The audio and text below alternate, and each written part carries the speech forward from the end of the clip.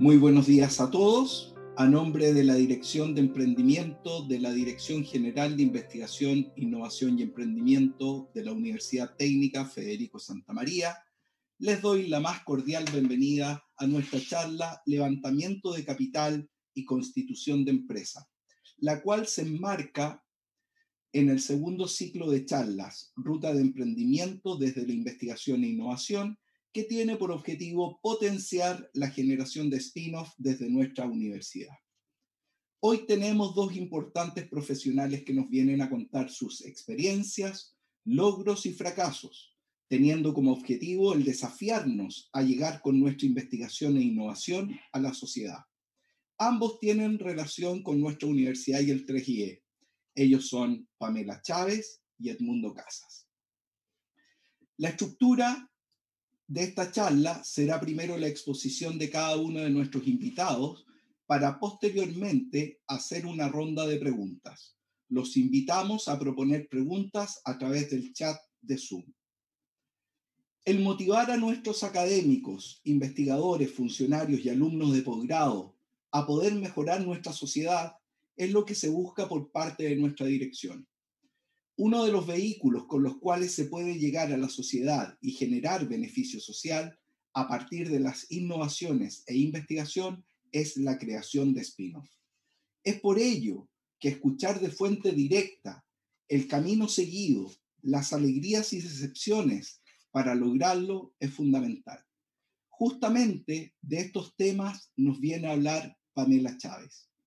Pamela Chávez es ingeniero en acuicultura de la Universidad de Antofagasta, máster en ciencias de microbiología molecular y biotecnología de la Universidad de Kioto en Japón.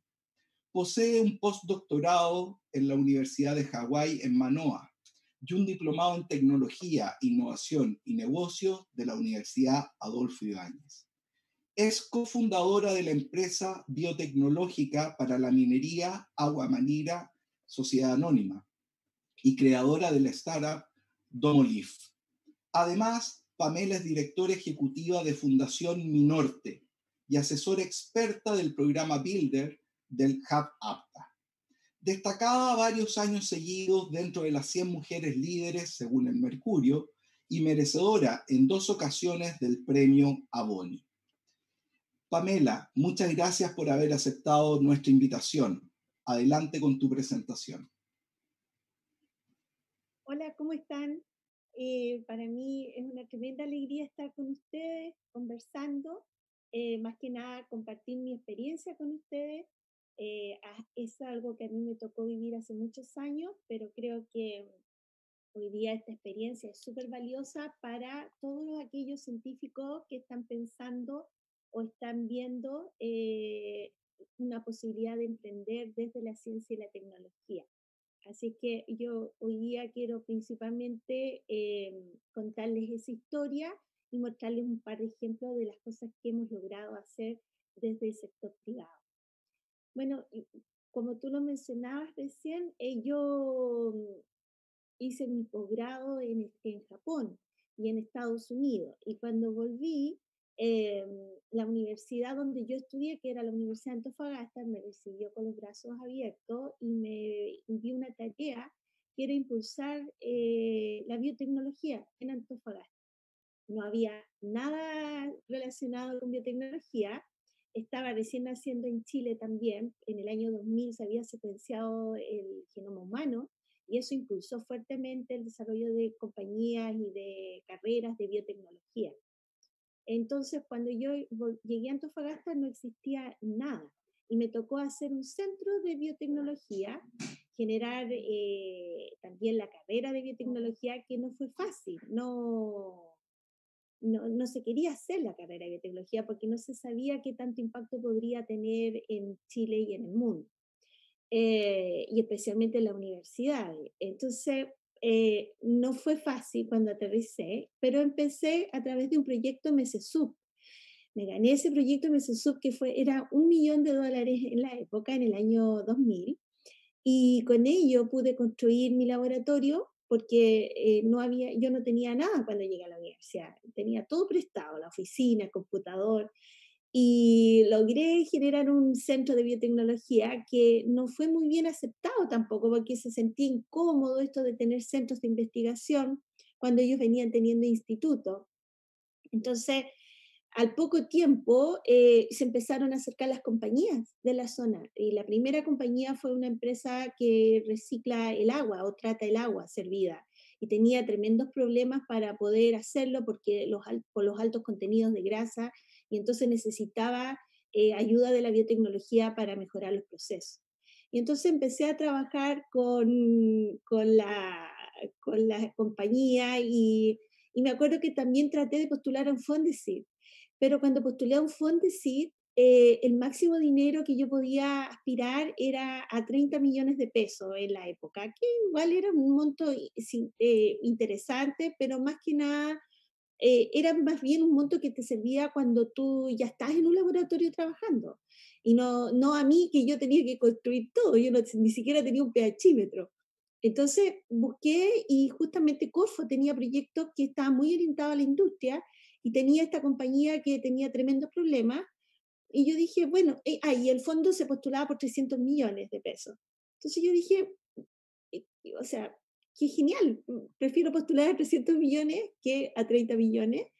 Eh, y lo hice a través de un concurso que se llamaba Fontec.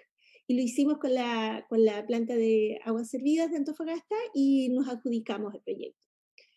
Y ahí me pasó algo increíble, porque realmente todas las compañías empezaron a mirar la biotecnología y a llegar a mi laboratorio, que ya estaba construido, como a los 2 años ya estábamos con un laboratorio muy bien montado, y empezaron a llegar los gerentes de compañía y en esa época, en el año 2002, 2003, se me ocurre hacer un seminario para todos los gerentes de las principales compañías en Antofagasta y hacer un clonaje de bacterias, volverlas verdes fluorescentes, con un kit de Bio-Rad que era como muy común en Estados Unidos, pero aquí nadie lo conocía.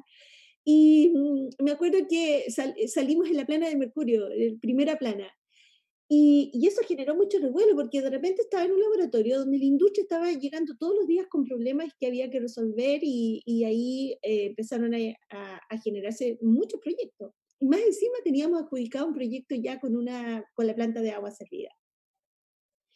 Eso me generó un problema interno increíble en la universidad.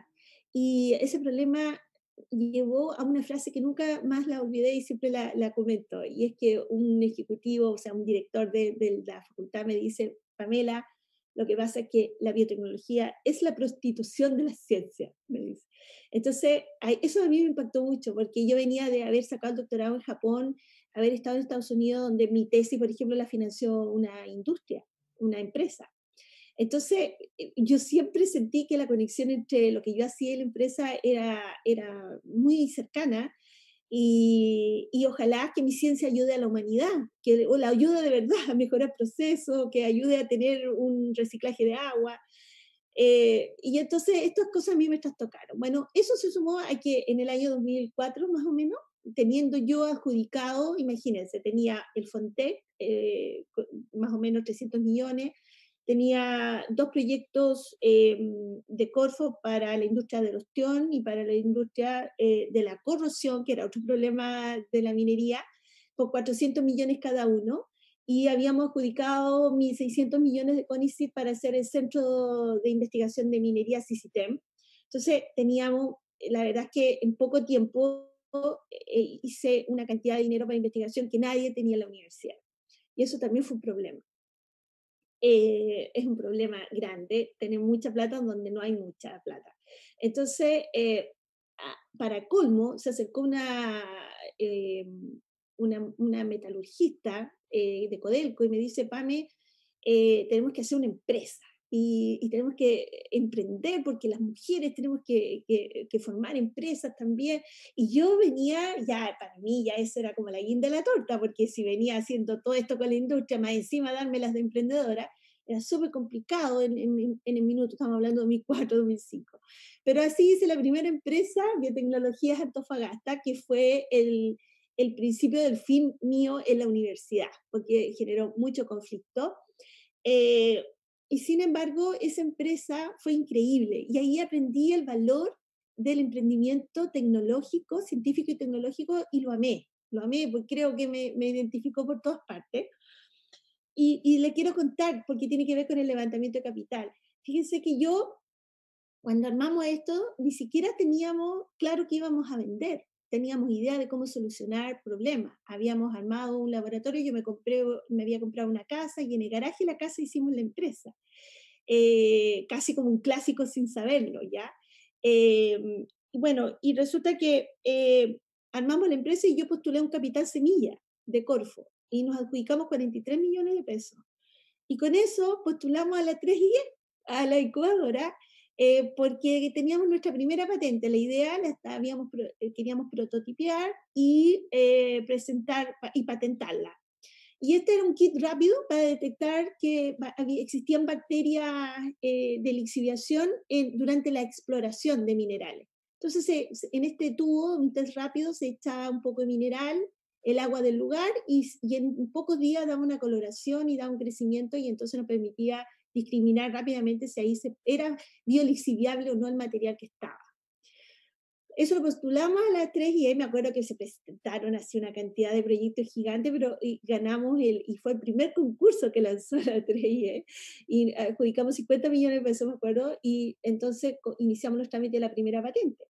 En este andar de la empresa, cuando la partimos, a los 3 meses, bueno, teníamos capital semilla, pero a los 6 meses dijimos, ¿sabes qué? Se nos acercó alguien a levantar, a ofrecernos que querían ser parte de la empresa. Dijimos, bueno, ¿cuánto vamos a cobrar por el 30% de la empresa? Súper arbitrario, sin saber nada de emprendimiento. O sea, yo les digo, yo no sabía ni siquiera cómo se hacía una factura. Y dijimos, yo creo que con 5 millones de pesos andamos bien, porque financiamos el costo, la secretaria, etcétera, etcétera, etcétera. Y íbamos a ofrecer el 30% de la empresa en 5 millones de pesos a los 6 meses. Afortunadamente eso no se dio, no me acuerdo la razón, no se dio, parece que nosotras dijimos que no, pues estábamos tan ocupadas. A los 12 meses se acercó otro inversionista y ahí dijimos, no, pues espérate, o sea, ya teníamos habíamos iniciado el tema de la patente, no habíamos ganado ya el concurso de 3IE, ya teníamos prototipiado, ya teníamos más claridad sobre lo que queríamos vender y las otras líneas de investigación. Entonces ahí le dijimos, bueno, el 30% yo creo que debería ser 60 millones de pesos, pero en forma súper arbitraria, de verdad. Y no cerramos. Y seguimos avanzando y a los 18 meses se acercó otro inversionista y nos ofrece 170 millones de pesos por el 30%. Y ahí mi socia, de momento, ya teníamos una empresa en 18 meses súper clarito, con un producto, con una patente ya muy encaminada y con varias líneas de investigación. Entonces mi socia dijo, no, hay que irse a Santiago. Y yo no me quise ir a Santiago porque yo amo Antofagasta, me gusta la calidad de vida aquí. Y entonces ahí nos decidimos vender y como entró un inversionista, aproveché yo de quedarme en Antofagasta y vender mi parte. Pero eso para mí fue una gran lección como emprendedora. Yo creo que fue la mejor escuela. Fue así increíble el piscinazo de tirarse nomás y entendí cómo las ideas, que ni siquiera todavía son un producto, pueden convertirse en un valor tangible. A través de una patente va agarrando valor comercial una idea. Y entendí el valor de la inversión de capital en ese potencial que tiene una empresa sin ni siquiera estar facturando. Bueno, y con eso ya era año 2007 más o menos, y en el año 2007 ya la crisis en la universidad fue gigante y se acercó un director que era del directorio de la universidad y él me ofrece hacer una empresa. Y yo ya venía media atacada porque todo esto yo lo hacía después de trabajar en la universidad, en las noches me dedicaba a hacer estas cosas en el garaje de mi casa. Entonces yo dije, no, esto es demasiado para mí, mucha responsabilidad. Pero ahí me invitó a hacer agua marina y fundamos Agua Marina, pero yo con mucho aprendizaje imagínense toda esta historia que les cuento, con mucho temor y además con muchos conflictos internos. Finalmente, en 2007 la universidad me dice, no, mira, o asume, ya habíamos aprobado 3 programas de doctorado con área biotecnológica, teníamos el centro, teníamos el reglamento de patente, teníamos, me aprobaron la carrera de biotecnología, que me costó 5 años que la universidad la aprobara sacar la carrera de biotecnología. Cuando yo la presenté a la universidad, iba a ser la segunda carrera en Chile que se iba a abrir de biotecnología. Cuando la aprobaron 5 años después, fuimos la última universidad en abrir biotecnología. Pero en fin, me dijeron que tenía que asumir la jefatura de carrera y yo dije, no, o sea, con todo lo que estoy haciendo, imposible, y eso significó mi salida de la universidad y aterrizar en mi emprendimiento, en Agua Marina, al año de haberlo creado. Agua Marina fue una aventura increíble de 13 años, hicimos 19 patentes y sacamos productos terminados para la minería, si tengo unos minutos más, no sé cuánto tiempo llevo, sería bueno que me fueran indicando, si no puedo estar hablando una hora. Vamos bien, Pame. ¿Vamos bien? Ya. Yo les quiero mostrar, voy a compartir aquí esta presentación, les quiero mostrar una de las tecnologías y producto terminado. Esto fue igual, desde la idea que se nos ocurrió para solucionar el principal problema que tiene la minería, que es el control de material particulado. La minería, por hacer un movimiento de tierra permanente, ¿verdad? Y trasladar ese mineral de una parte a otra para distintas partes del proceso, genera mucho polvo y principalmente los caminos mineros, sobre todo las rampas, generan muchos problemas de polución de polvo. Entonces, los productos que existen hoy día en el mercado son eh, poco aplicables a las rampas por temas de seguridad. Por ejemplo, se usa mucho el cloruro de magnesio, pero el magnesio, como retiene mucha agua, se vuelve un poco jabonoso el suelo. Entonces, los camiones tienden a resbalarse. Entonces, requería la industria un producto que ayudara a mantener la seguridad, incluso en caso de freno muy brusco, el camión no rebalara, no patinara sobre la superficie de la rampa. Entonces nosotros a través de microorganismos generamos un producto que cuando uno lo agrega al camino, el polvo que está, ese polvo fino que se llama chusca, que está sobre depositado en el desierto, en todas partes, pero especialmente en estos caminos, se vuelve un cemento. Y acá, como se muestra en la foto, esto es un típico camino minero, una rampa minera, se aprecia un poco el declive. Esto se riega el producto con camiones aguateros de 75 cubos. Y luego, para poder validar este producto, se hace una prueba que se llama la prueba de frenado. Esto significa que el camión entra al lugar donde hemos hecho la aplicación de producto, entra a 50 kilómetros por hora y el camino tiene que ser inundado con agua, saturado con agua, de tal manera que se evalúa el agarre que tiene el neumático sobre el camino saturado de agua, simulando la peor lluvia en el desierto, ¿ya? Y el camión entra a 50 kilómetros por hora y frena automáticamente en seco y se mide el desplazamiento. Como regla, no puede desplazarse más de 50 metros el camión porque esa es la distancia que hay entre camión y camión durante la circulación en la mina. Esta es una foto de el lugar donde se hace la prueba. Ustedes pueden ver la diferencia entre una camioneta y un camión minero. Hacer esta prueba es muy difícil que a uno le pasen un camión minero para hacer este tipo de prueba, pero el producto realmente lo ameritaba porque resuelve un problema de alto impacto, entonces todas las mineras hacen esta prueba para ver si funciona o no. Y aquí les voy a mostrar el aspecto que tiene el camino para que ustedes entiendan lo que significa, lo que hace la bacteria, qué significa hacer un cemento. Les voy a mostrar este video. Este es el aspecto que tiene el camino, que si ustedes lo raspan, todo el material que está en la superficie está compactado. No sé si lo logran ver con claridad. Se ve ahí que quedan unos rayados al hacer esto con la piedra, con una piedra. Esta es la forma en que se aplica, como les mencionaba, y esta es la prueba de frenado que la voy a poner para que vean cómo se comporta el camión una vez que frena dentro de un camino saturado con agua.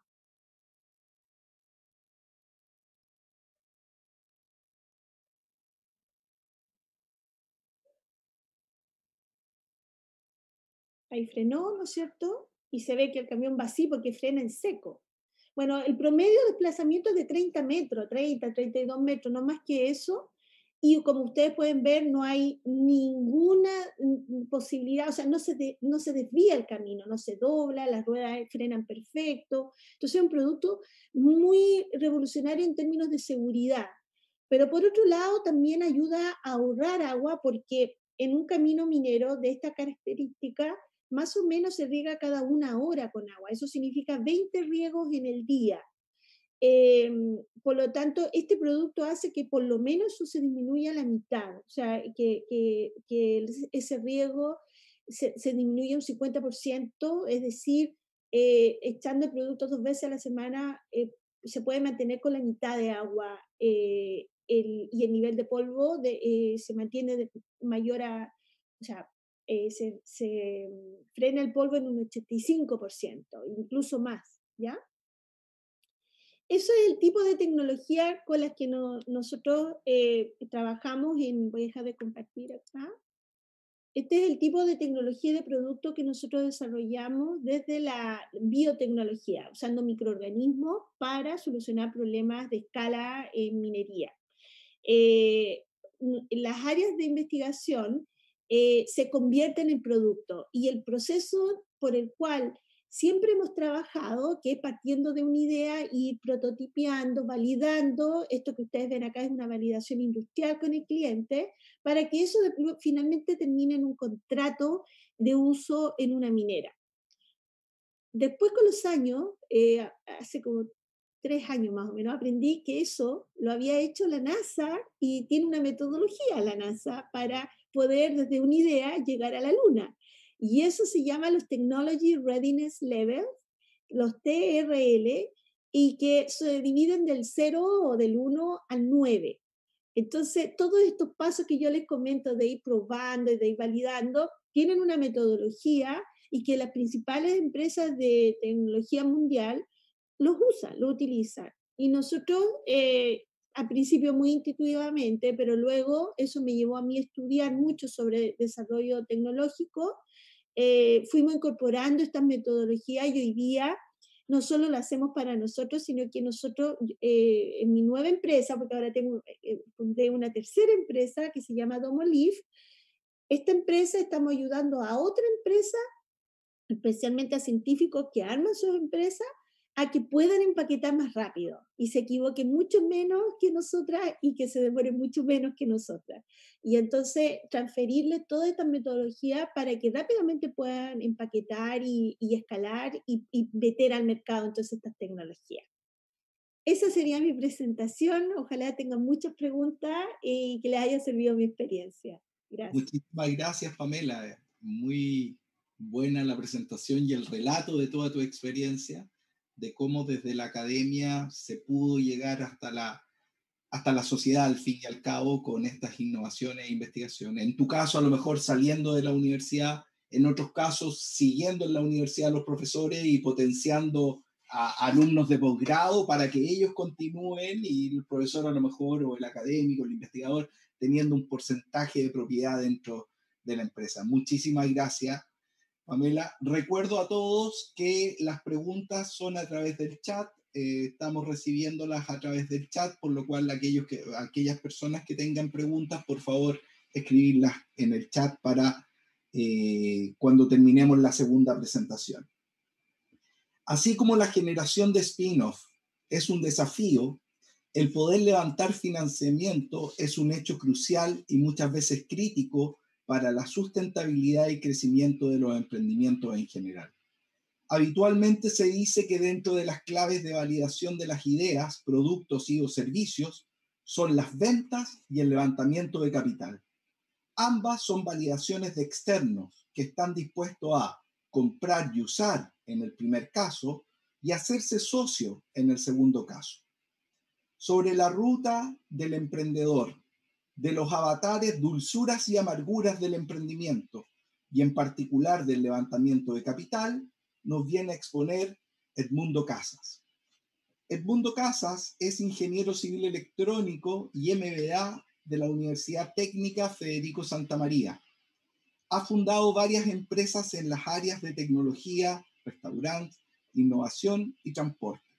Posee patentes de invención presentadas en Estados Unidos y Chile, levantamiento de capital público y privado.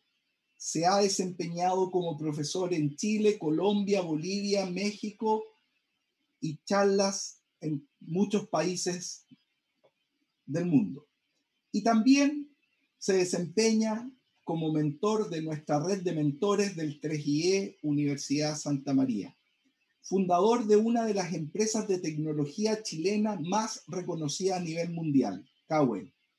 Edmundo, muchas gracias por haber aceptado nuestra invitación. Sabemos de tu disposición total por nuestra universidad y en particular puedo dar muchos ejemplos de cómo has colaborado con nuestro 3IE. Un gusto tenerte nuevamente con nosotros. Por favor, adelante con tu presentación. Ahí sí. Gracias, Werner. ¿Qué tal? ¿Cómo están? Yo preparé una presentación, entonces voy a guiarme a través de ella para contarles un poco de Cowell y aportar con esto que tiene que ver con cómo se construye un emprendimiento, con cómo se construye un proyecto y después cómo se transforma en una compañía que puede instalarse en distintas partes del mundo. Hoy día Cowell es una compañía que ya está en varios países y justamente lo hemos ido construyendo a través de los 13 años que cumplió ahora en septiembre. Así que la idea es, en unos 15, 20 minutos, contarles un poco de esta historia a través de la experiencia y para eso voy a compartir esta presentación.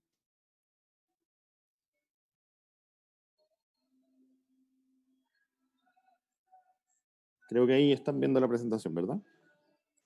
Se ve perfecto. Perfecto. Bien. Entonces, básicamente, una de las cosas como nace Cowell es una empresa tecnológica y claramente está enfocada en trabajar con temas asociados a tecnología. Y aquí está el punto clave que tiene que ver con las nuevas tecnologías y su impacto en el futuro de la humanidad. Evidentemente, todas estas tecnologías van a impactar, ¿ya? Y están cambiando nuestros procesos en distintos tipos de espacios de actividades, tanto en el trabajo como en un montón de otros lugares. Entonces, un tema que uno cuando crea un emprendimiento o construye un proyecto, ¿cierto? Eso tiene que tener un propósito y el propósito de todo está relacionado con la vida al final. Y en la vida tú tienes lo que más cuidas son tus seres amados. Por otro lado, tienes el entorno en el que te mueves que está asociado con la naturaleza y el medio. Y por otro lado, la tecnología que está asociada con todas las herramientas que se utilizan para ejecutar ciertas acciones. Antiguamente, cuando nació la agricultura, parte de la tecnología eran, qué sé yo, las herramientas que tú utilizabas para trabajar la tierra. Hoy día tú tienes un computador, un smartphone, un tractor, qué sé yo, satélite, y eso compone la tecnología que terminan siendo nuestras herramientas que nos permiten llevar a cabo todas las cosas que queremos hacer. Y otro tema tiene que ver con temas relevantes asociados con eh, el hecho de hacer el bien y respecto de los espacios de perversión. Y siempre aquí uno tiene que tener claro tres tipos de cosas que están asociados al poder, el deseo y el dinero. Son los tres elementos que pervierten al hombre. Y uno tiene que estar claro en ciertos conceptos que básicamente apunten a que en el futuro de la humanidad, con el uso de estas herramientas tecnológicas, finalmente sean útiles. Y eso es lo que finalmente uno se termina dando cuenta, que cuando uno aplica este tipo de elementos tecnológicos de manera positiva e impactan a la humanidad de forma positiva, efectivamente tú empiezas tanto tus herramientas como tú a hacerte querido por los medios y eso hace que la gente en el fondo te posicione como una marca, utilice este tipo de elementos a través de ver cómo agregan ese valor. Aquí yo quería contar brevemente un tema que tiene relación con lo que es la ecuación de la suerte, ¿ya? Y conceptos básicos que tienen que ver con la humildad y la ética, ¿ya? Cuando uno analiza y revisa por qué hay empresas que han vivido tanto tiempo y por qué hay empresas que vivieron tanto tiempo y también quebraron, básicamente los componentes que han hecho que estas compañías crezcan tanto y se sostengan tienen que ver con estos dos elementos. ¿Ya? La humildad lo voy a poner con un ejemplo bien sencillo. Eh, la humildad tiene que ver con escuchar, con entender, con ponerse en el lugar del otro y no echar a andar la soberbia. Entonces, por ejemplo, si uno analiza Blockbuster versus Netflix, por ejemplo, ¿ya? Los chicos de Netflix van a presentarle su proyecto a Blockbuster y Blockbuster no fue humilde, no los escuchó, no le interesó. Y finalmente hoy día ustedes ven que Netflix efectivamente es quien lidera en todos los espacios de película a través, digamos, de cómo desarrolló su modelo de negocio. Y por otro lado, otros componentes que tienen que ver con la ética están asociados con la responsabilidad y la libertad. La definición de ética que a mí me sorprende, no en todas las universidades se enseñan temas relacionados con ética, pero cuando uno entiende que uno como ser humano nace libre y uno en el fondo ejecuta su libertad, pero siendo responsable, esa es la definición de ética. Al final la ética es la responsabilidad con la cual yo ejecuto mi libertad. Y muchas veces, si uno analiza incluso lo que está pasando hoy día en Latinoamérica o cuando tú desarrollas un proyecto, siempre tú tienes que hacer tu labor con cierta responsabilidad. Por lo tanto, esas componentes, cuando tú como compañía haces trabajo que se comprometen con el medio ambiente, haces trabajo que en el fondo aportan a los seres humanos a través de cumplir con distintos compromisos que la gente ve que tú ejecutas tu libertad de la ejecución de conocimiento con responsabilidad, también es una componente que fortalece a las compañías. Las otras son componentes de negocio, son componentes de cómo yo genero valor, ¿cierto? Pero sin estas tú no puedes finalmente alcanzar realmente plenitud como compañía y crecer. Por eso los comento. Y la ecuación de la suerte siempre plantea que uno tiene que pensar positivo y básicamente uno en la vida va creciendo y va tomando ciertos componentes en la medida que uno suma conocimiento y captura oportunidades. Sin conocimiento yo no puedo capturar oportunidades, porque si a mí yo puedo observar un montón de cosas que pasan cada día en mi vida, pero si yo no tengo el conocimiento para poder resolver esas cosas o poder enfrentarlas, la verdad es que básicamente con eso, digamos, no soy capaz de tomar cada oportunidad que se me presenta. Entonces, el conocimiento y las oportunidades van de la mano. Yo puedo tener muchas oportunidades, pero si no tengo conocimiento, no las puedo tomar. O puedo tener mucho conocimiento, pero si no estoy inmerso en un mundo donde puedo resolver oportunidades, tampoco puedo avanzar. Y esas componentes se juntan básicamente en la medida que yo tengo una buena actitud y yo voy teniendo más suerte. En la medida que tengo más oportunidades, tengo más conocimiento, se genera una especie de bola de nieve que permite crecer y yo soy una persona que evidentemente crezco en un montón de espacios como ser humano, ¿ya? Y el conocimiento se logra con un 90% de trabajo y un 10% de talento, y por lo tanto la clave de todo este tipo de cosas está asociado con la perseverancia, ¿ya?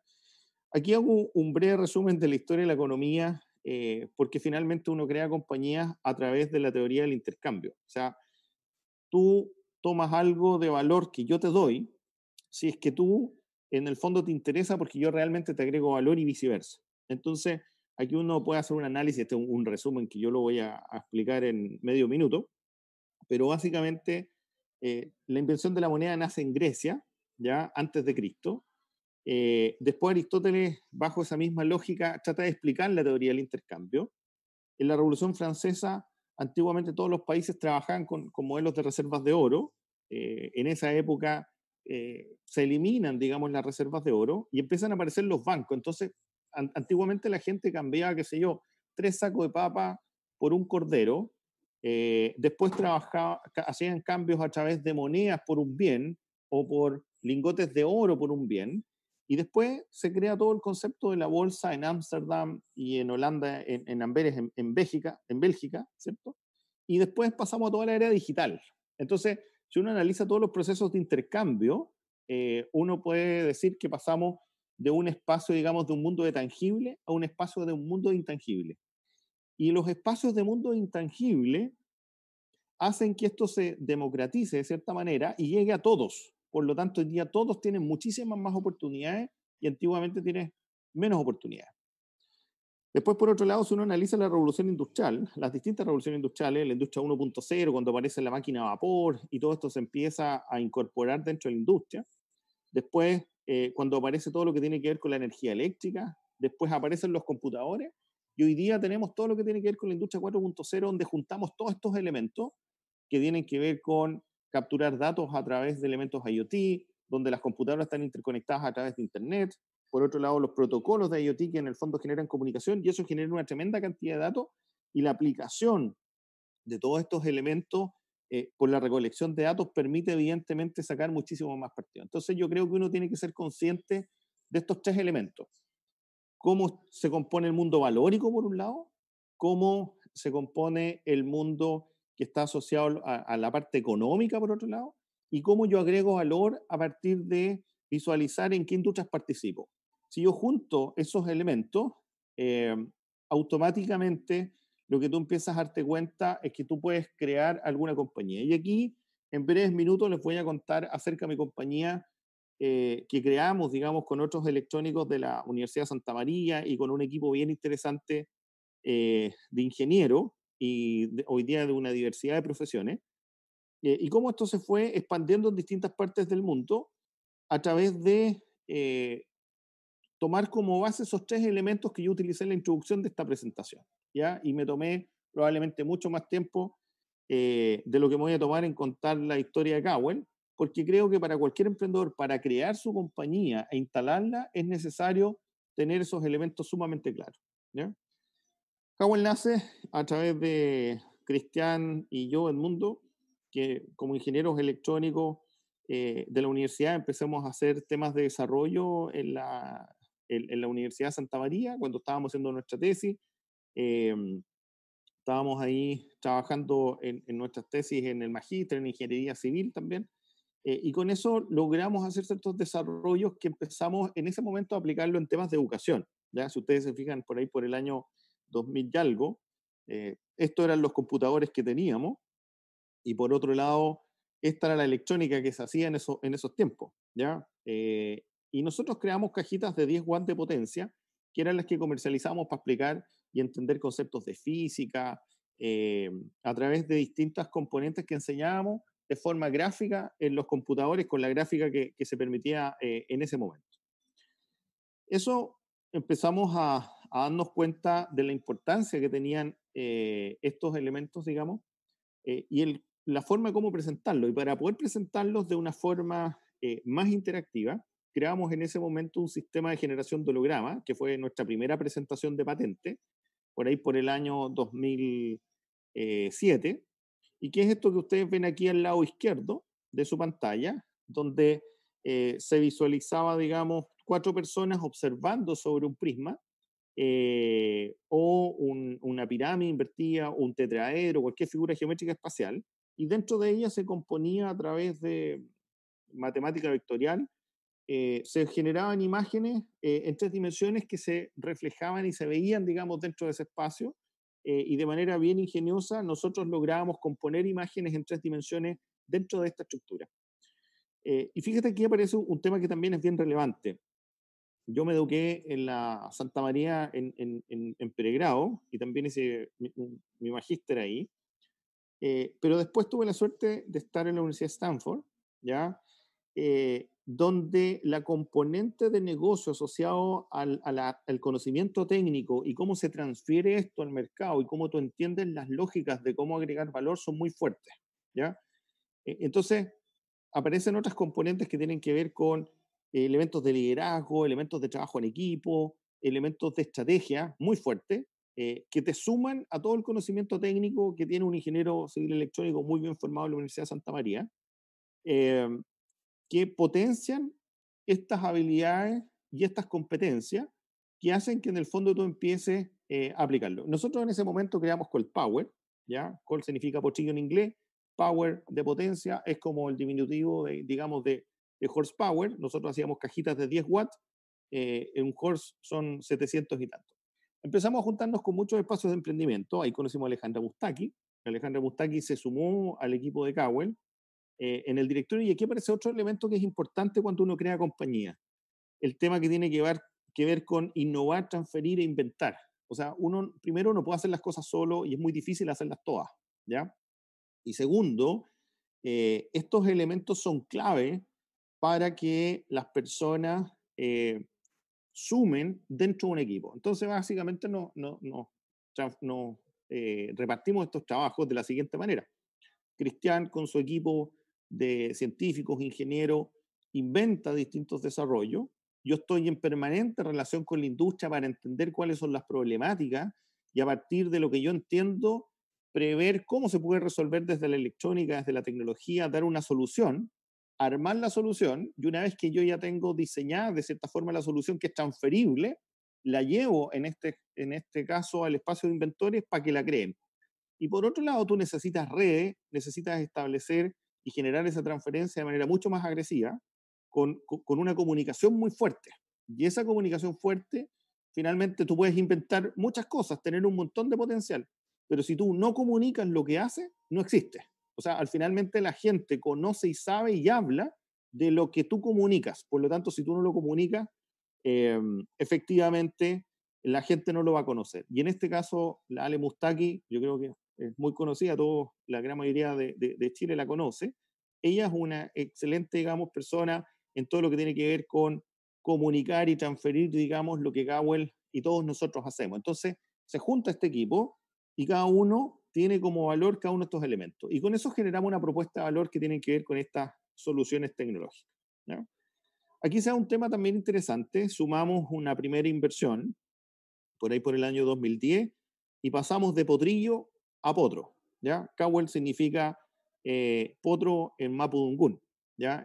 La lengua mapuche, digamos, Cawel significa potro, y por eso creamos la marca Cawel en ese momento, ¿ya?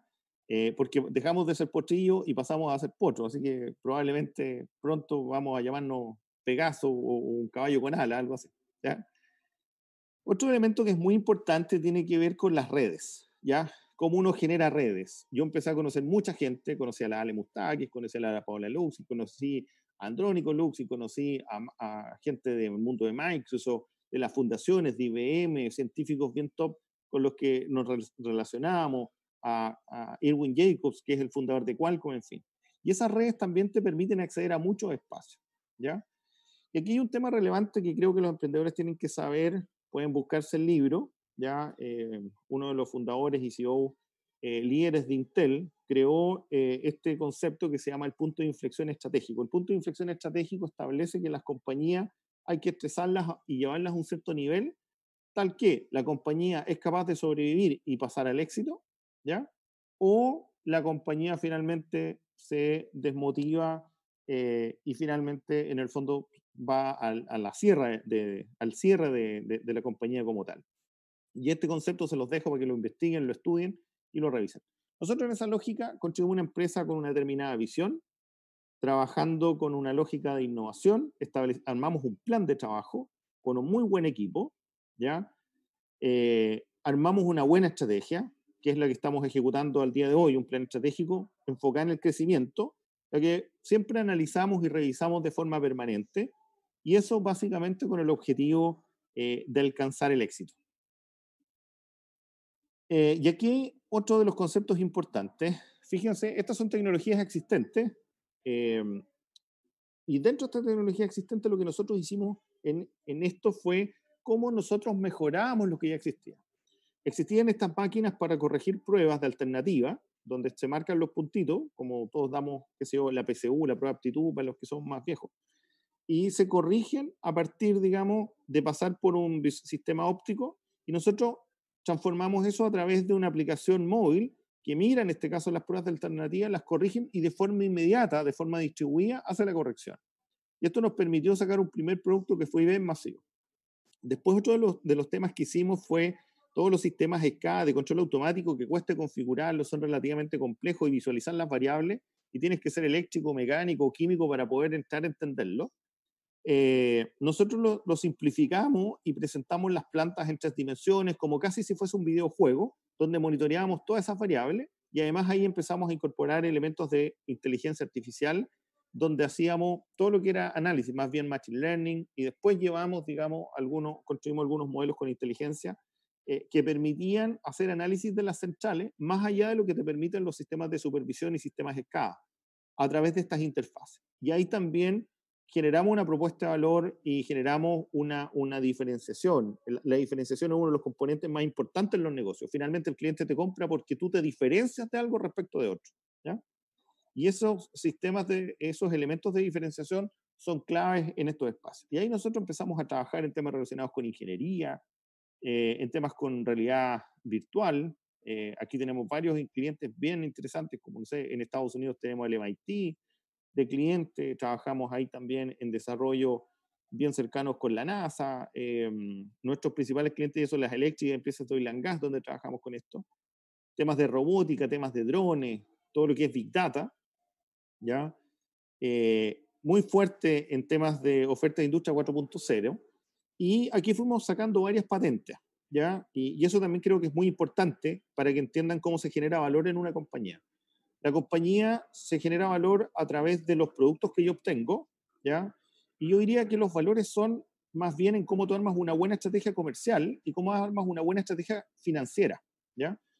Desde el punto de vista de que la venta se basa en lo comercial, pero por otro lado tu valor, cómo manejas tus números, tus valores accionarios, están más asociados de cómo tú haces una estrategia financiera bien interesante. Y esos son conceptos que de repente los ingenieros electrónicos o del área más duras, digamos, no les damos mucho valor, pero son de tremenda importancia entenderlas para empujar y comprender los negocios, porque cuando uno las visualiza, entiende que uno crea una patente, porque eso finalmente, si yo lo transfiero, lo comercializo, me pegan el valor de mi acción, o sea, de compañía. Entonces, yo creo patentes, eso significa que creo valor para mi compañía y por otro lado yo comercializo productos que se diferencian en el mercado y esos elementos son los componentes claros que hacen que efectivamente una compañía vaya tomando valor, se desarrolla y crezca, ¿ya?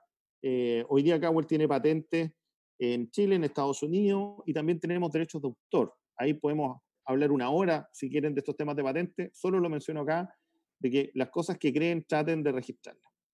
Hoy día nuestro modelo conceptual, básicamente basado en lo que tiene que ver con Industria 4.0, está relacionado con que tú obtienes información a través de robótica, a través de distintos elementos, robots submarinos, drones, aviones, qué sé yo, que capturan esta información en el mercado, se acumula todos estos datos a través de concentradores de datos. Todo este tipo de elementos son enviados a servidores que son los que las procesan, y aquí es donde entra Cowell fuerte. Nuestro core es básicamente el asociado con la inteligencia artificial, y finalmente esto le genera valor a las personas. ¿Por qué? Porque son aplicaciones que le entregan datos respecto de su rubro para tomar decisiones. Entonces, el conocimiento está aquí en la inteligencia artificial, y todo lo que tiene que ver con la propuesta de valor está en las aplicaciones respecto a lo que el cliente necesita, con toda una infraestructura que permite dar ese servicio a través de una gerencia de operaciones, de producción, con ingenieros de desarrollo, etc. ¿Ya? Eso es lo que nos permite a nosotros como compañía generar esta creación. Eso nos llevó a nosotros a construir Cowell. Hoy día Cowell, en resumen, es una compañía que tiene más de 70 ingenieros, magíster, qué sé yo, que básicamente son especialistas en electrónica, informática, ingenieros industriales para todo lo que tiene que trabajar con modelos de investigación de operaciones, diseñadores para todo lo que tiene que ver con temas de interfaces, etc. Y nuestro principal trabajo, en la arquitectura que se lo mostraba, se basa en modelos de inteligencia artificial que se transfieren. Eso nos ha permitido instalarnos en países como Estados Unidos, Alemania, Chile, Ecuador.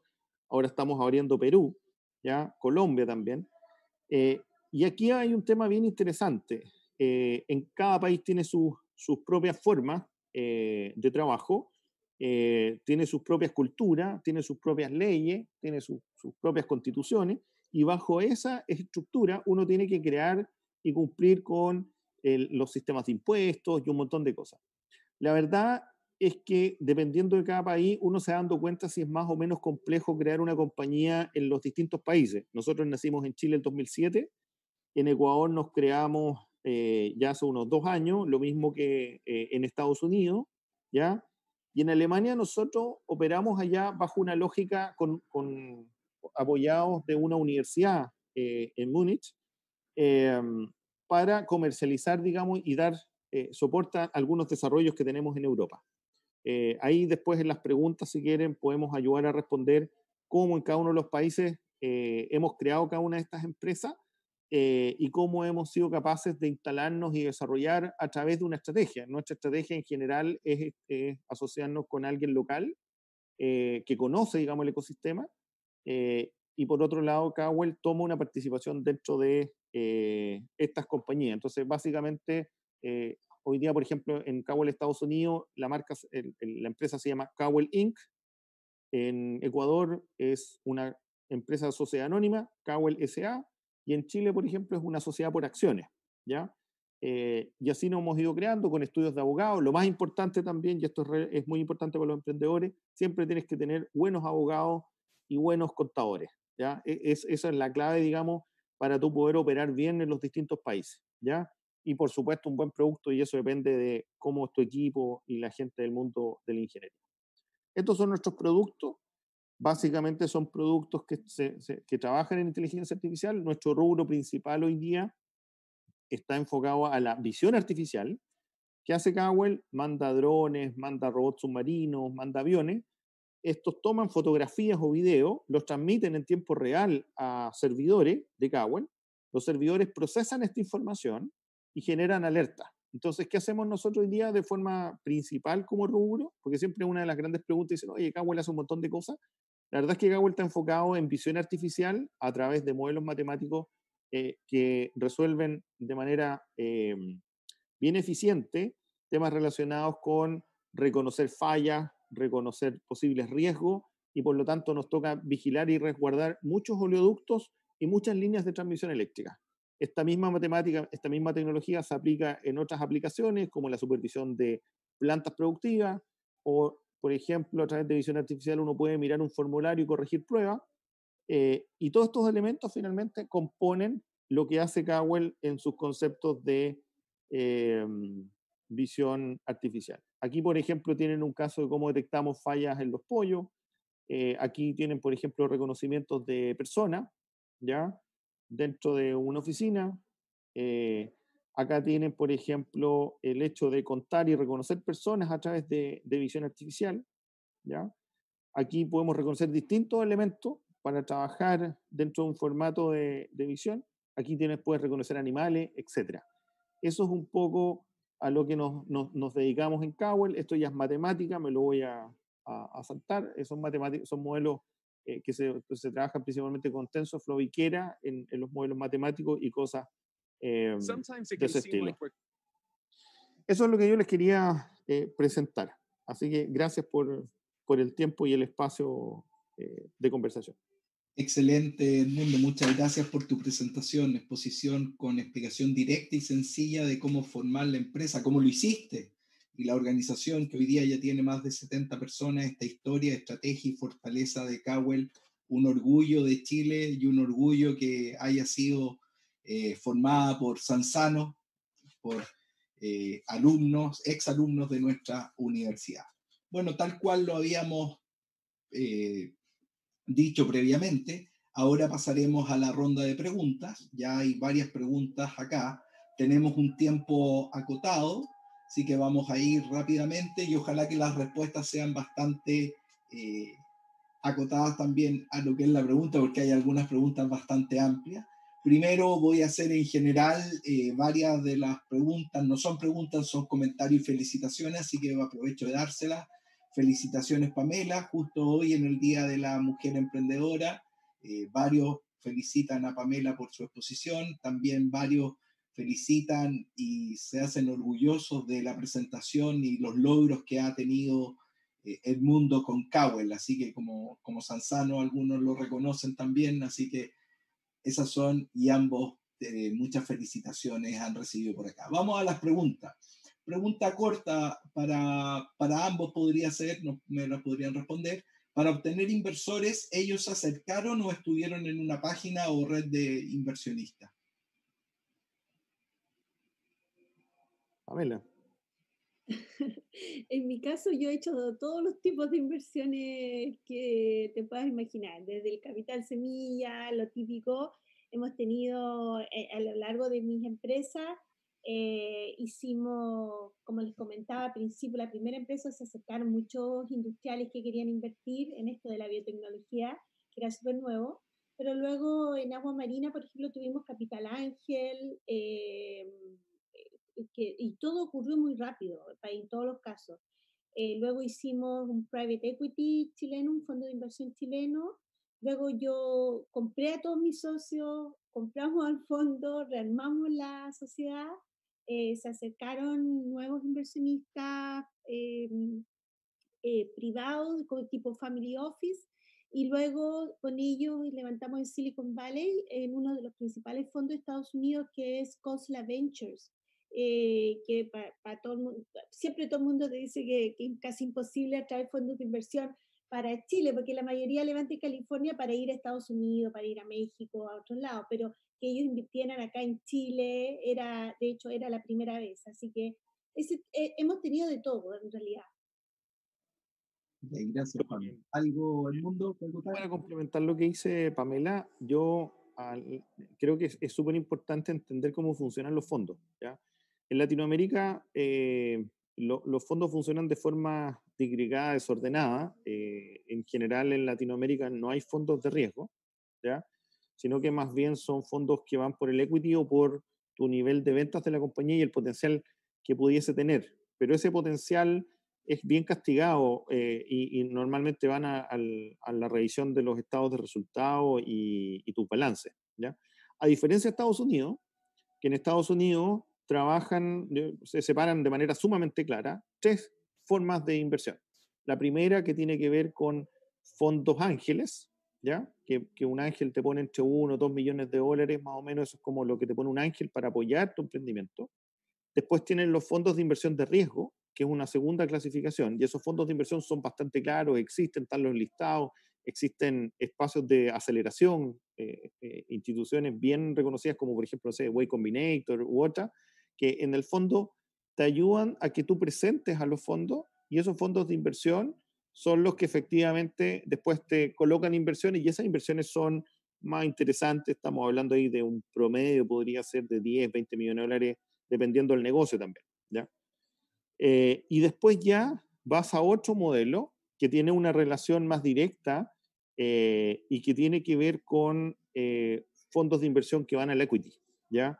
Esos fondos en el fondo te compran acciones y ya más bien son banqueros, entran a un modelo mucho más riguroso en términos de inversión y por lo tanto van a compañías grandes, ¿ya? Esa es la clasificación que quería dar. Entonces, dependiendo el estatus que yo tenga como emprendedor, buscar cuál de esos tres espacios de fondo yo necesito encontrar. Perfecto, muchas gracias. Voy a ir a una pregunta que está muy asociada al objetivo del ciclo de charlas nuestro. Para ambos la dejo abierta. ¿Crees que es posible emprender al interior de una universidad? Esa va hacia PAME.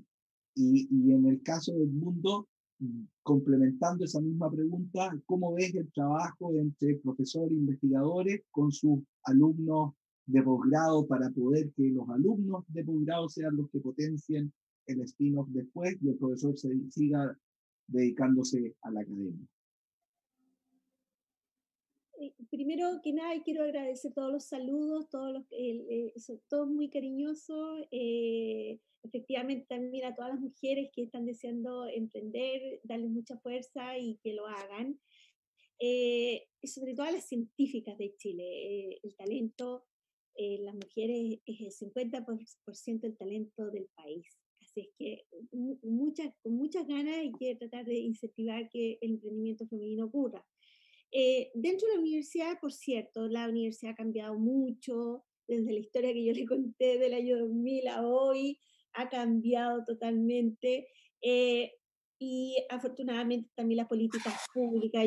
Yo estoy muy contenta que hoy día exista el Ministerio de Ciencia y Tecnología con una visión muy moderna, además, de vincular a las universidades con la industria a través del desarrollo de empresas de base científico y tecnológico. Porque como yo les comenté, con los TRL, para ir de 0 a 9 es imposible que vaya a la universidad directo a la industria minera, por ejemplo, o a la industria agrícola. Es imposible. Entre medio tiene que existir la empresa, el puente, son las empresas de base científico y tecnológico. Y eso no significa que todos los científicos tengan que renunciar a la universidad para ir a hacer una empresa afuera, sino que todo lo contrario significa que tenemos que aumentar el potencial de tener doctores y postdoctores que estén pensando en emprender y estén pensando junto con el profesor en un advisor committee, poder establecer esta empresa LST de tal manera que se empaqueten esas maravillosas ideas y tecnologías que se desarrollan y se piensan todos los días en la universidad. Entonces, es fundamental hoy día, creo yo, que más que ayer está mucho más maduro el ecosistema y la universidad sí tiene que resolver, y se los digo porque yo estoy trabajando con por lo menos 16 compañías que están naciendo de las universidades, distintas universidades, así que estoy viendo muy de cerca esto, y es que las universidades tienen que cambiar la concepción que tienen de las patentes y de las licencias, tienen que cambiarlo, porque la patente, perdone que me extienda, pero la patente nace en las universidades como si fuera un paper más. Nace, ¿se acuerdan cuando partieron los incentivos para las patentes? Todos los académicos lo tomaron como si fuera un paper más. Y es el peor error que podemos cometer. La patente es un elemento de valorización de compañías. Sirve para aumentar el valor de compañías, para vender las ideas, para tangibilizar el conocimiento a través de tangibilizar. Entonces, la universidad no puede querer quedarse con las patentes, no puede querer poner un piso de un 40%. Eso es una herramienta, la forma en que vemos la patente desde la universidad tiene que cambiar.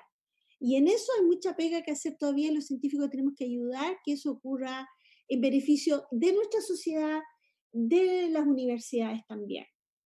Eso. Muchas gracias, Pablo. Edmundo. Sí, yo ahí comparto gran parte de lo que dice Pamela. Yo creo que las universidades son lentas. Yo los casos exitosos que conozco voy a nombrar dos, por el tiempo quiero ser bien preciso. Uno que a mí me gusta mucho es ISIS de la Universidad de Oxford. Ahí el director es Tom Hockaday, por ejemplo. Y básicamente cuando uno mira este tipo de universidad, la Universidad de Oxford, y por otro lado tienen una empresa que está a cargo de la transferencia, ¿ya? O uno va a Stanford, que es donde yo estoy más cerca, acá en Estados Unidos, y en Stanford tú tienes, por ejemplo, espacios que ayudan la comercialización de muchos desarrollos como el SRI, por ejemplo, el Stanford Research Institute, ¿ya? Entonces, efectivamente, los profesores trabajan en lo que tienen que trabajar. Yo ahí en el fondo creo que siempre en Chile me cuestionaba eso de que encontraba que era muy académico y en Estados Unidos uno observa y siguen siendo académicos, pero tienen otros elementos de transferencia que facilitan esa transferencia, ¿ya? Como estos espacios de trabajo. Entonces aparece alguien que conoce la industria y por eso yo explicaba adelante un poco los papeles. O sea, Cristian juega ese rol de investigar con su equipo y hacer desarrollo. Finalmente yo juego ese rol de transferirlo y por otro lado hay todo un equipo comercial que ayuda en la comercialización. Y yo creo que no es muy distinto en las universidades. O sea, las universidades generan valor, pero tienen que haber entes que apoyen la transferencia y otros entes que apoyen la comercialización. Ok. Aquí esta yo creo que es una pregunta directa a Edmundo. Dado el auge de la industria de los videojuegos y su crecimiento durante la pandemia, ¿qué oportunidades ves para el desarrollo de tecnologías de realidad virtual?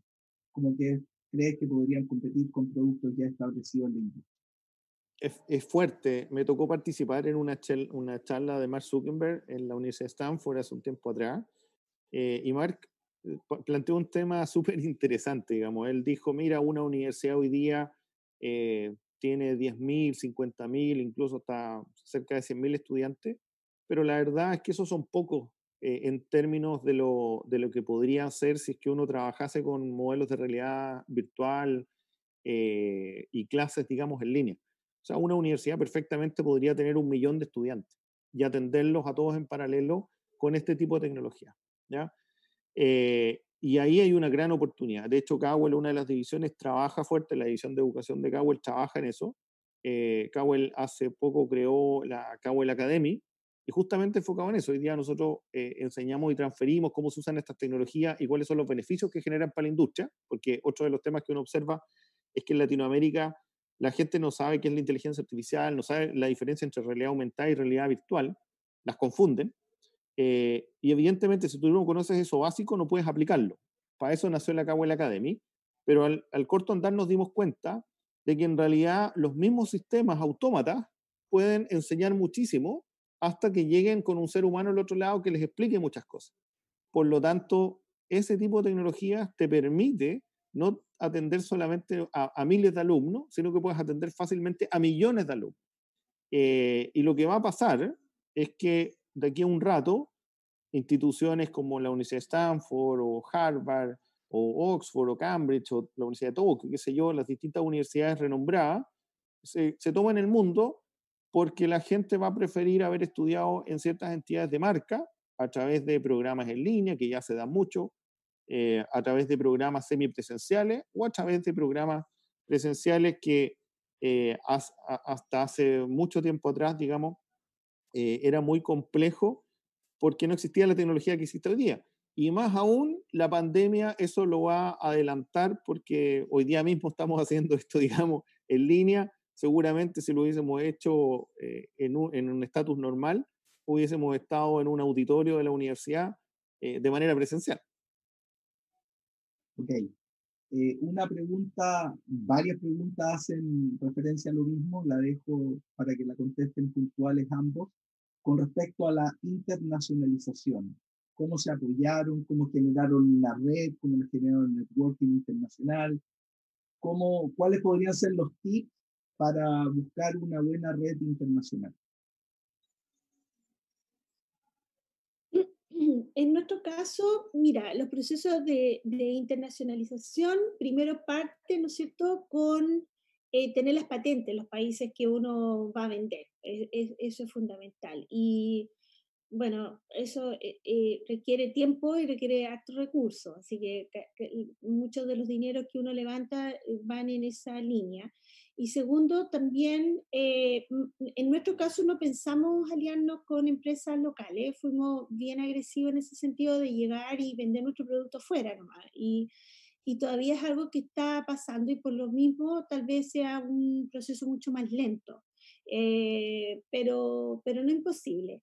Yo creo que, bueno, en nuestro caso la minería nos pasa algo muy curioso, ¿ah? Porque los chilenos no nos creemos mucho cuentos, pero en minería nosotros somos líderes mundiales. Entonces, cuando uno llega a otro país a hablar de minería y es chileno, a uno lo escuchan y lo reciben muy bien y aprenden cuando uno muestra estos videos. Por ejemplo, cuando, hay mineras acá que son consideradas las más grandes del mundo. Entonces, cuando uno habla, por ejemplo, que en un punto de nuestro prototipo pasan 1.500 camiones cargados en el día, es algo que impresiona a cualquiera afuera.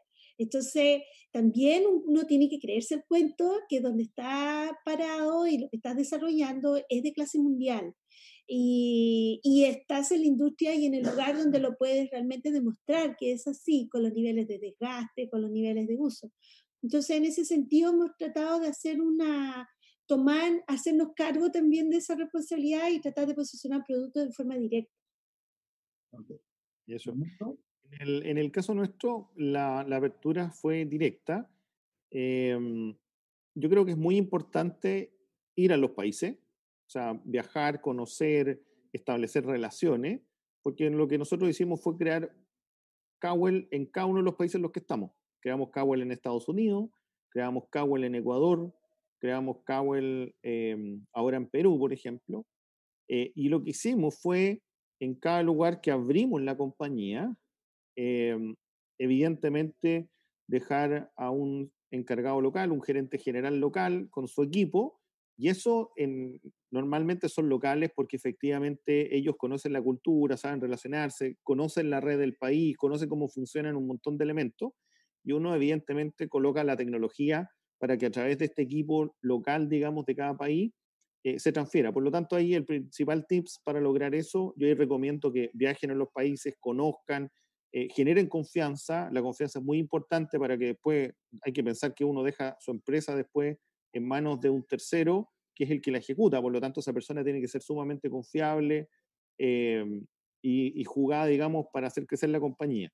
Y ahí es donde también tú los haces partícipes a estas personas que están ahí localmente, de tal forma que se comprometan. No son solo gerentes, no son solo equipos, sino que también ellos toman participación y son dueños de tal forma de que sienten una responsabilidad mucho más fuerte respecto de esa compañía que se crea en ese determinado país, ¿ya? Y hay muchas oportunidades en los distintos países, la verdad. Hay un montón de problemas por resolver. Chile es un mercado chico, ¿ya? Chile es un mercado demasiado chico, o sea, hay que considerar que Chile corresponde más o menos al 0,2, 0,25% del Producto Interno Bruto del mundo.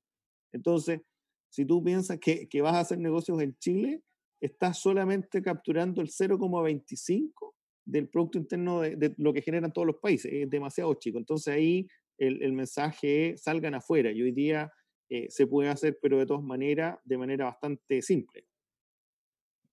La gran mayoría de las industrias, claro, Chile no es representativo, a excepción a lo mejor de la minería, como decía Pamela, pero también aquí hay una pregunta, hay varias, que también hacen referencia a las energías renovables, el hidrógeno verde últimamente está muy de moda, donde Chile también podría tener algo que decir.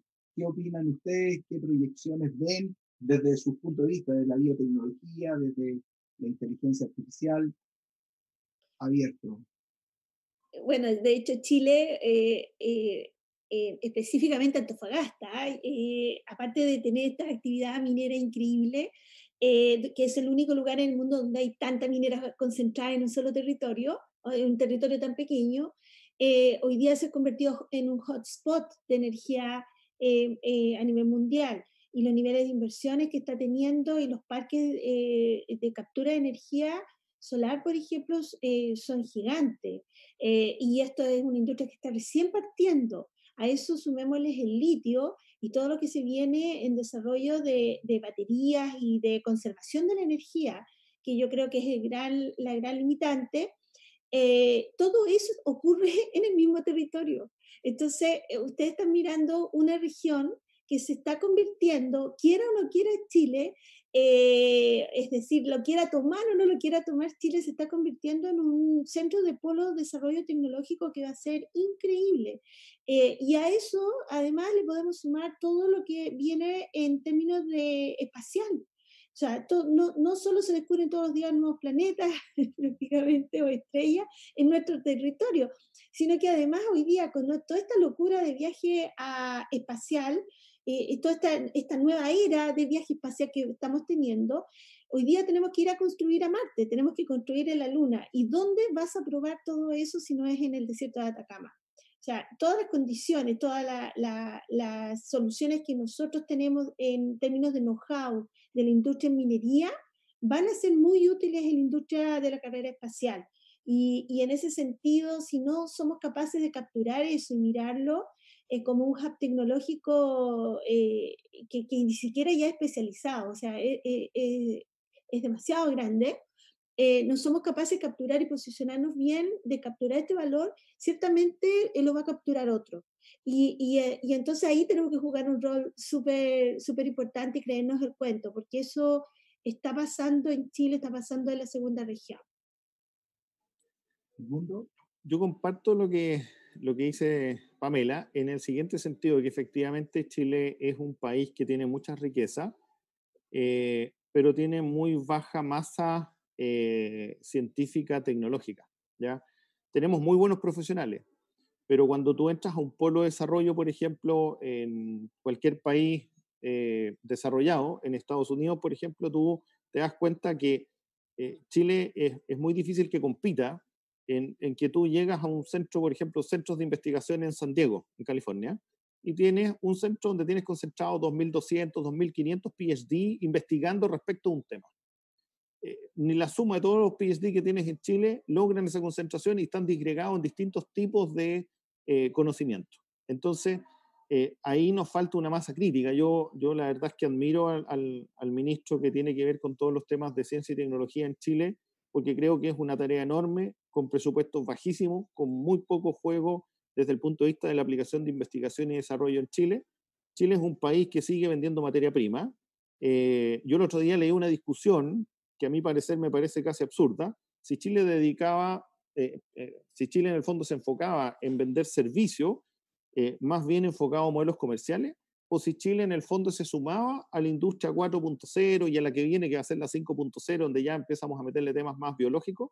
Y yo, evidentemente, mi primera respuesta es, si Chile no apuesta en temas de investigación, de tecnología, y se va por la industria 4.0, vamos a seguir siendo un país de servicio.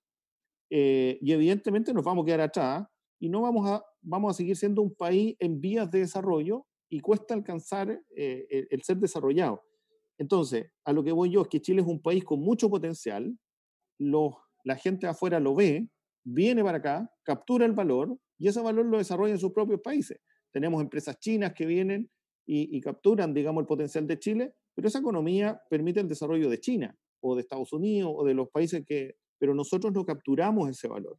Y yo creo que ahí, en términos de esa visión, hemos sido un poco sesgados en eso, y claro está en que el Ministerio, en este caso de Ciencia y Tecnología, la verdad tiene muy poca fuerza, muy poco apoyo, y por eso yo al ministro desde ese punto de vista lo admiro mucho, porque hay que tener mucho coraje para estar, digamos, en un espacio tan chiquito para tratar de empujar elementos que son tan desafiantes, que con eso la verdad es que no se puede hacer prácticamente nada, y yo por eso admiro mucho a los científicos y la gente que trabaja en estos espacios, porque con muy poco se logran en muchos casos muchas cosas. Muy bien, ya estamos casi terminando nuestra charla de hoy, así que van a quedar algunas preguntas en el tintero para la próxima, pero voy a colocar la última pregunta, según el orden que nos ha llegado y la asociación a los objetivos de la charla, y que nos dice, hay dos o tres preguntas ¿cuál es la recomendación para comenzar un spin-off, para comenzar un emprendimiento? ¿Por dónde partirían? Si es que hay un libro, si es que algo que los marcó a ustedes, una página web, alguna charla de alguien, que, que sirva como para aprender los motores para poder seguir hacia adelante. Bueno, la estadística dice que sobre todo las mujeres partimos emprendimientos más por necesidad que por oportunidad. Eh, y yo creo que el COVID nos ha dejado mucho de eso. Hoy día el 10% de la FP está yendo en gran parte a impulsar emprendimientos individuales, sobre todo a las mujeres que hemos tenido que asumir el cuidado de la casa, los niños, la educación, hacerlas de todas, y resulta que además hay que estar emprendiendo. Entonces, porque es necesario. O sea, hoy día la gente emprende por necesidad. Y en ese sentido, creo que la única recomendación que yo puedo dar, sobre todo a las mujeres, es que se atrevan, que estudien mucho, hay mucho apoyo, hay mucho, si ustedes entran a internet, hay mucho curso, hay mucha orientación. De todas maneras, si van a aprender, yo les pido que sigan a la Asociación de Emprendedores de Chile, ahí hay muchos tips, a la Ale Mustaki ha hecho un tremendo trabajo para que Chile sea el mejor lugar para emprender de Latinoamérica, y es así. Entonces, hoy día, gracias a la SET, también pueden hacer la empresa en un día y pueden tener muy buena orientación. Entonces, yo creo que hay que atreverse. Eh, Hoy más que nunca es necesario, hay que reactivar la economía, y el emprendimiento tiene un fin muy noble, y es que crea mucho valor. Crea valor para uno, ¿verdad? Por eso uno emprende, por la necesidad, pero además lo crea en toda una cadena de valor que es increíble, y uno le compra al emprendedor local y genera mucho valor en la comunidad donde uno vive. Así es que, de todas maneras, yo insto a que se atrevan y hagan un emprendimiento. Les va a encantar. Dependiendo ahí del perfil, yo creo si le va a encantar o no. Emprender es muy complicado, la verdad. Yo creo que emprender significa pasar muchas barreras, y hay que ser consciente que cuando uno entra a emprender la pasa mal, y después las cosas se arreglan, funcionan, y en algún momento, no sé cómo, llegas a espacios bien interesantes donde te sientes en una posición relativamente cómoda. Yo creo que los emprendedores son siempre inquietos. Como tips, hay bien concreto. Yo parto de una frase si vas a soñar, sueña en grande, si no, mejor duerme. Y si vas a soñar en grande y estás dedicado en el rubro tecnológico, eres un emprendedor tecnológico, ándate a Silicon Valley, al tiro. Por una razón muy sencilla. En Chile te vas a dar, vas a estar probablemente 5 o 10 años dándole duro y no vas a crecer. En Silicon Valley tienes todas las oportunidades para hacerlo. Si eres bueno, haz eso. Ahora, si es que en el fondo tu emprendimiento es más bien un emprendimiento que no estás buscando un potencial de crecimiento fuerte ni de disrupción mundial, sea ordenado y estructurado, maneja bien todo lo que tiene que ver con tus finanzas, básicamente, y tus planes estratégicos simples para ejecutar tu negocio. Y ahí, en la primera cosa que yo dije, que tiene que ver, por ejemplo, para ir no sé, a conocer los espacios de Silicon Valley y buscar, qué sé yo, incubadoras, fondos, hay un montón de páginas que te muestran ese entorno, ¿ya? Y las universidades ayudan mucho a eso. Un tips, por ejemplo, que una de las universidades que quizás ni siquiera se escucha mucho y que es bien simple porque es de habla hispana, ese es otro de los componentes de debilidad que tenemos en Chile. El inglés en Chile no es bueno, hay que reconocerlo. Mucha gente dice que habla inglés, pero la verdad es que la mayoría de las personas no habla bien inglés, le cuesta mucho. Está la Universidad de Santa Clara, por ejemplo, cerca de San Francisco, en Santa Clara, de hecho. Y esa es una universidad de habla hispana que trabaja mucho con temas de innovación. Y es una universidad donde yo he observado que sobre todo mexicanos, por ejemplo, o latinoamericanos, llegan a través de la universidad, conocen los espacios de emprendimiento que hay en California, y eso les permite llegar. Porque si tú quieres entrar, por ejemplo, por una universidad de Stanford o yéndote a Boston, a una universidad de Harvard o el MIT, ya los requisitos son otros. O sea, tienes que ser un talento mundial y no necesariamente los buenos emprendedores son un talento. Básicamente, en muchos casos tienen buena visión, tienen una buena lógica estratégica y con eso construyen. Entonces, al inicio, para entrar en estos espacios de mercado interesantes, no necesariamente tienes que entrar, digamos, por esos espacios. Eso yo lo daría como tips. Y lo otro es apoyarse en las redes de emprendimiento. Y ahí yo comparto lo que dice Pamela. Todas las redes de emprendimiento, por ejemplo, con la Ale Mustaki, tú te juntas con los emprendedores, conoces mucho y te entregas tips. Y eso es ese hecho de compartir tips, valga la redundancia, vale la pena pertenecer a esos espacios de trabajo conjunto y ayudarse. Ok, muchas gracias. Estamos justo en la hora. De hecho, Pamela y Edmundo tienen que salir. A nombre de la Dirección de Emprendimiento, de la Dirección General de Investigación, Innovación y Emprendimiento de la Universidad Técnica Federico Santa María, le doy las gracias a nuestros dos expositores de hoy, Pamela y Edmundo. Muchas gracias. Como también a todos los asistentes a esta charla. Pronto estaremos difundiendo la siguiente charla del segundo ciclo de charlas Ruta del Emprendimiento de Investigación e Innovación. Muchas gracias a todos y que tengan unas muy buenas